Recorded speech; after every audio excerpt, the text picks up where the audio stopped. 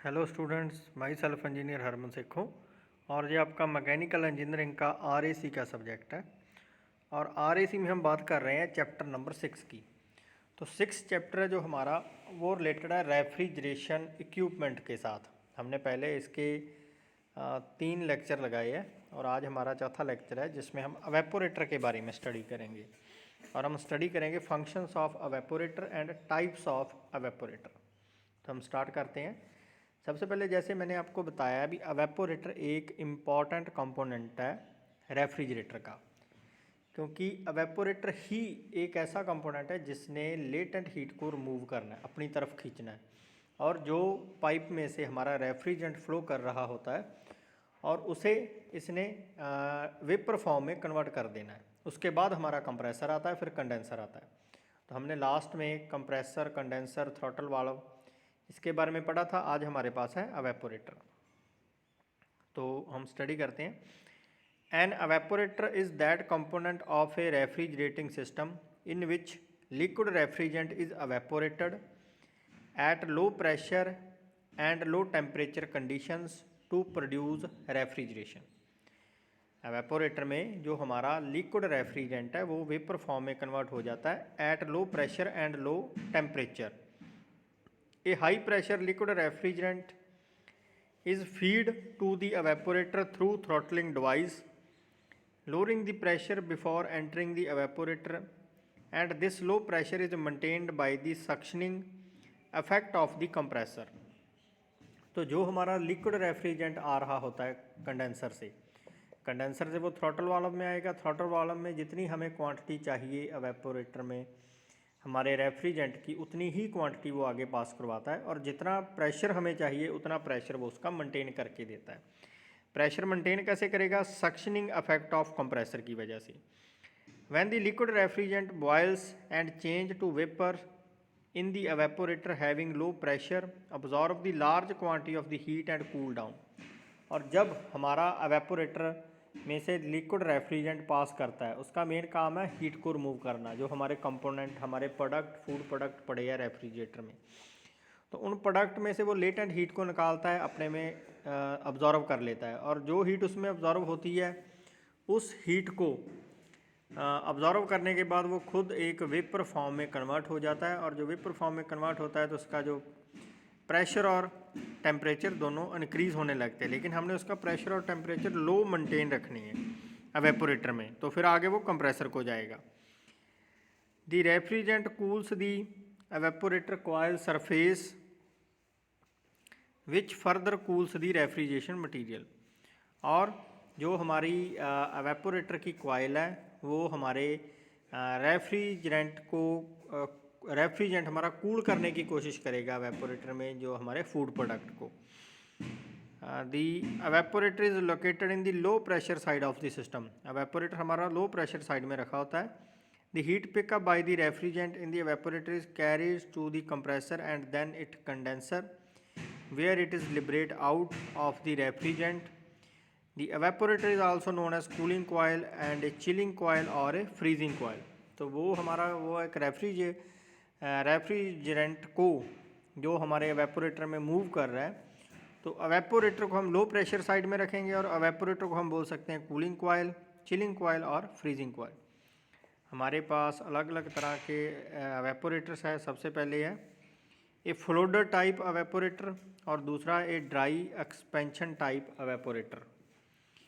These two types of evaporator different from each other in the basic method of the refrigerant circulation।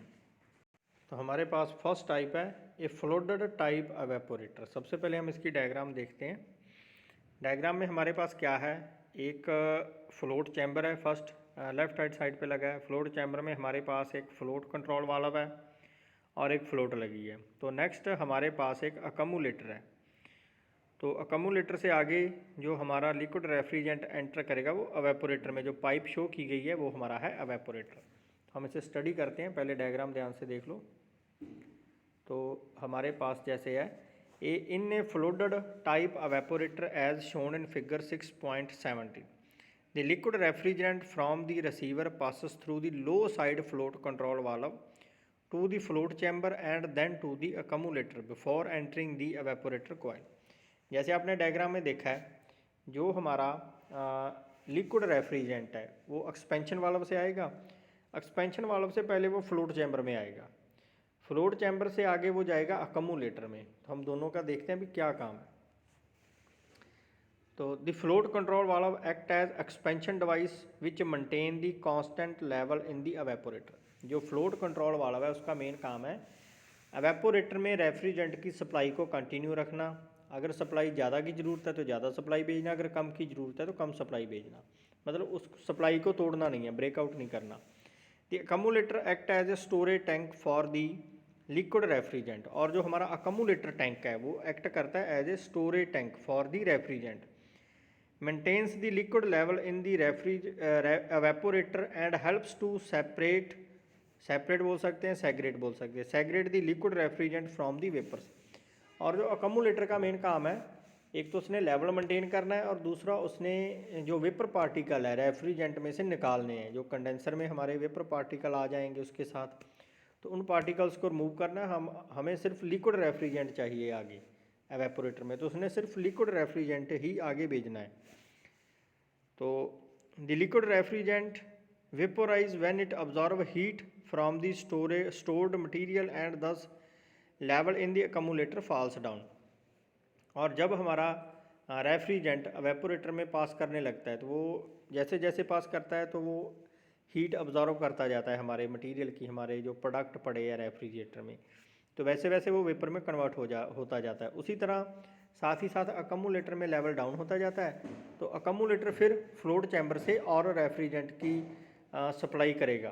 तो float chamber से और refrigerant है जो अकमुलेटर में आ जाएगा, अकमुलेटर से फिर वैसे ही हमारे एवेपोरेटर में चला जाएगा।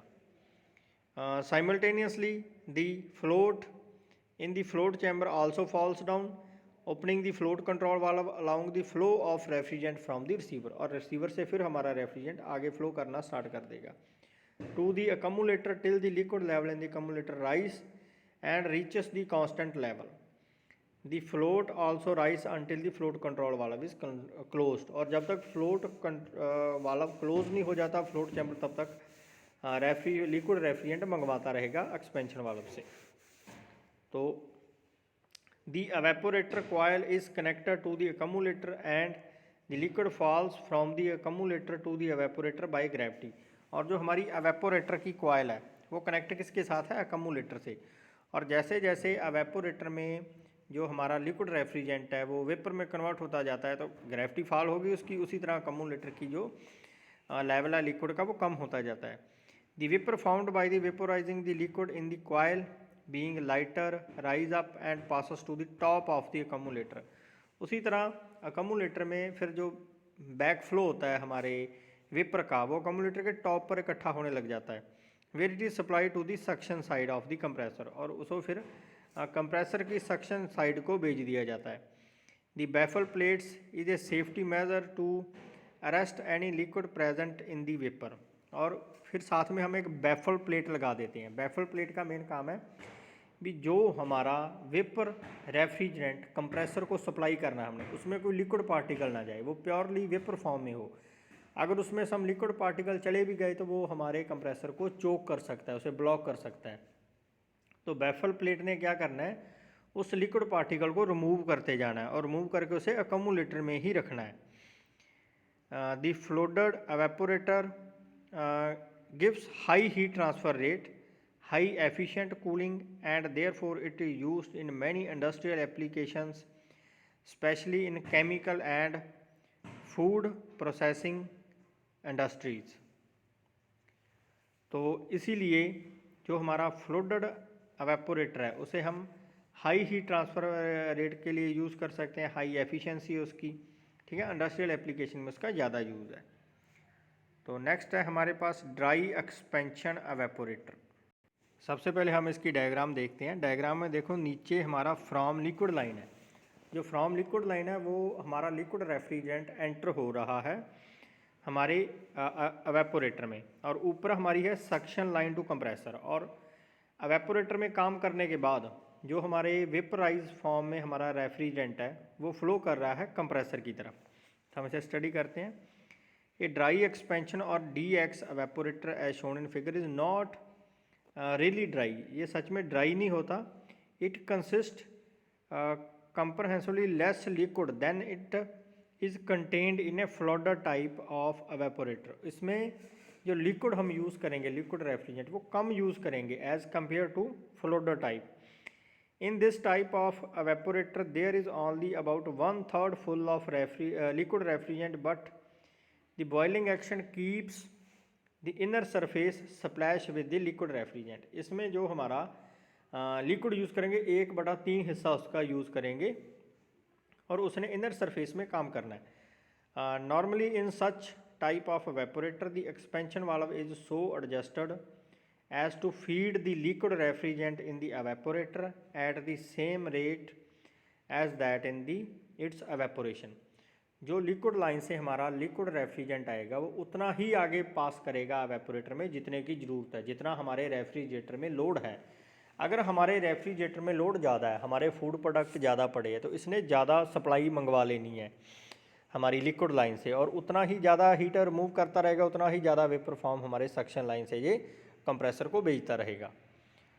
तो जैसे हम यहाँ पर देखते हैं, vaporising the complete liquid refrigerant by the time it reaches the end of the coiled और suction line to the compressor, और उसे कंप्रेसर में भेज देगा। If the cooling load on the evaporator is heavy, जैसे मैंने आपको बताया, अगर कूलिंग लोड ज़्यादा हो गया, the expansion valve allow a large quantity of liquid refrigerant into the evaporator coil to face the heavy load, and when the cooling load on the evaporator is light the quantity of the liquid refrigerant in the evaporator is small। अगर load कम हो गया तो कम quantity मंगवाएगा जी, अगर ज़्यादा है तो ज़्यादा quantity. This is activated by the feeler bulb of the expansion valve to control the flow rate during the operation.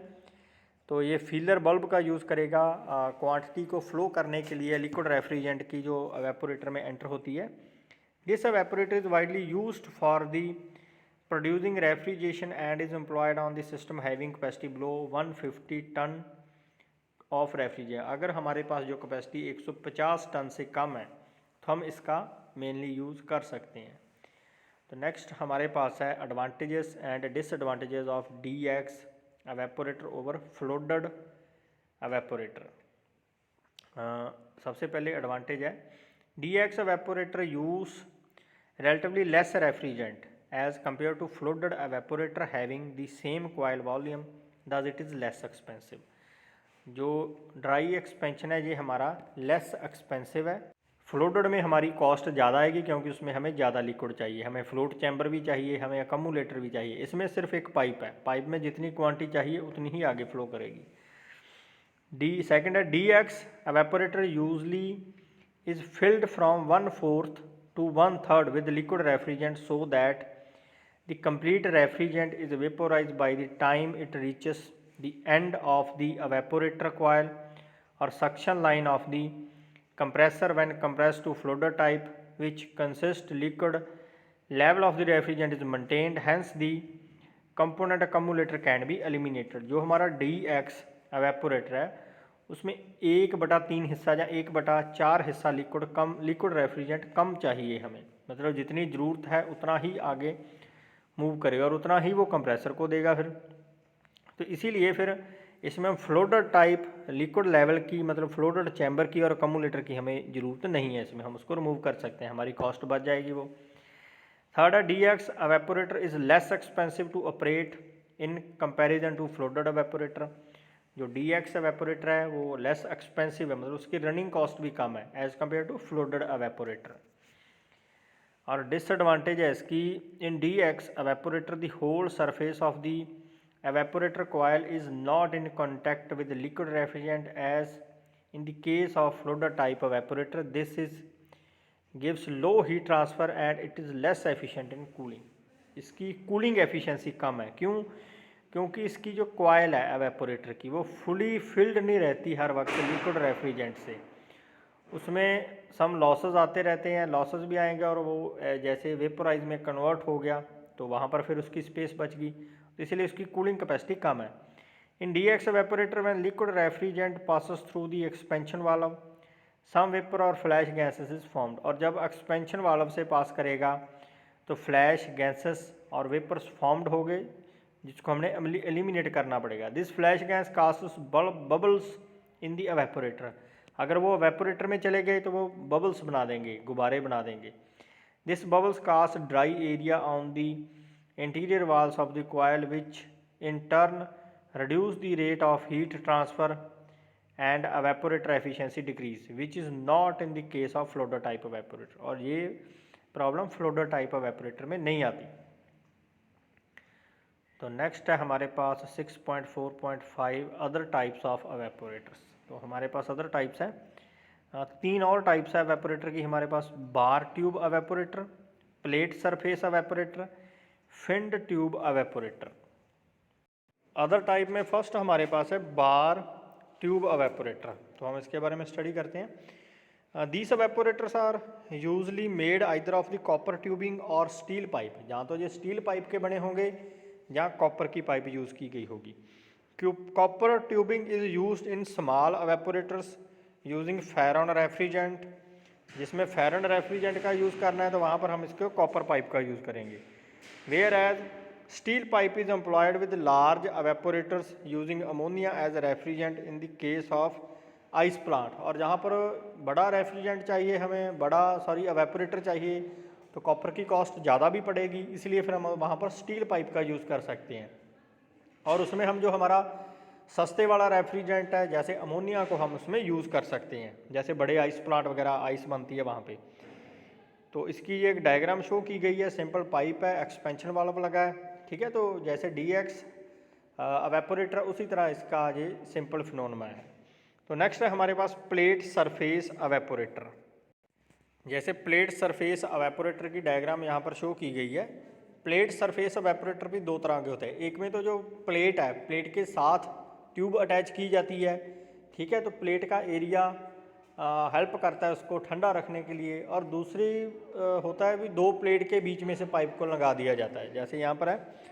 These evaporators are manufacture in different types, in a few cases as shown in figure tubing is attach to the plate, where in other case tubing is passed between the 2 sheets to form a plate. जैसे मैंने आपको बताया, एक case में तो tube को plate के साथ अटैच कर दिया जाता है, और दूसरे केस में क्या करते हैं, 2 प्लेट्स को अटैच किया जाता है और प्लेट के बीच में से एक ट्यूब पास करवाई जाती है evaporator की।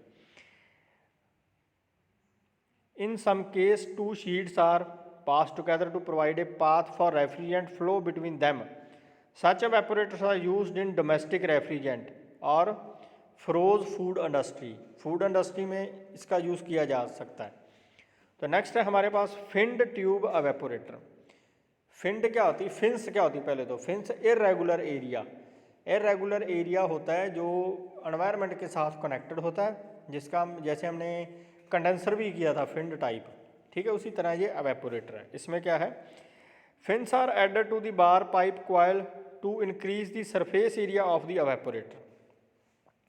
फिन्स को अटैच कर दिया जाता है हमारे evaporator की कॉइल के साथ, ताकि उसका सरफेस एरिया इंक्रीज़ हो जाए। सरफेस एरिया इंक्रीज़ होगा तो ज़्यादा काम करेगा हमारा evaporator। Increase surface area in content with the cooling medium means increase heat transfer its capacity, मतलब एरिया ज़्यादा हो गया, ज़्यादा हीट ट्रांसफ़र की कैपेसिटी होगी हमारे evaporator की। The size and spacing of the fins depend upon the type of applications where the coil is to be employed. तो साइज जो फिन्स का हमने यूज़ करना है और फिन्स का यूज़ कहाँ पर करना है वो डिपेंड करता है हमारी एप्लीकेशन के ऊपर। यहाँ पर हमने अपना ये रेफ्रिजरेंट यूज़ करना है। Such evaporators are best suited for the window type air conditioning and other air cooling applications where the temperature is maintained above 1 degree Celsius. तो यहाँ पर हमने 1 डिग्री सेल्सियस से अबव टेम्परेचर रखना है, जो मोस्टली हमारे AC घरों में लगे हैं, विंडो टाइप AC, तो उसमें ये हमारा फिन्ड ट्यूब evaporator का यूज़ किया जाता है। तो आज का आपका लेक्चर समाप्त होता है। तो thanks to all of you, thank you.